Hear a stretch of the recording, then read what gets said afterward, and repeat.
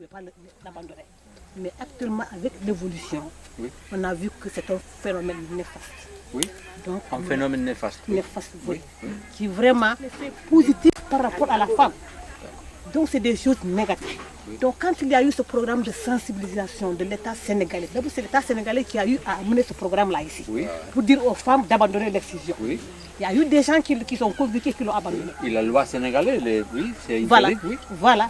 Donc nous l'avons adopté ici. Et on n'a pas carrément abandonné, mais avec l'avancement de la sensibilisation par les ONG comme vous, comme l'État sénégalais, donc on a abandonné. Parce que c'est des choses, vraiment des conséquences néfastes. Ça n'arrange pas la femme. Au contraire, ça te diminue sexuellement. Une femme sexuellement, une femme qui est excisée ne sent pas un grand plaisir si l'homme est là. És la primera vegada que una dona em diu que quan una dona li practiquen l'excisió, la mutilen sexualment de per vida.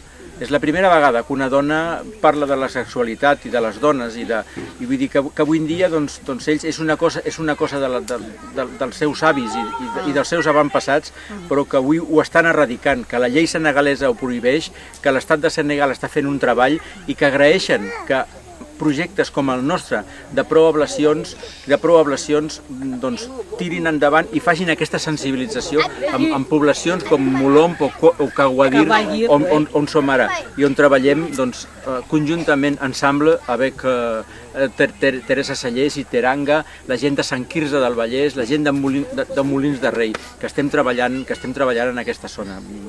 Merci a Baraka. Merci.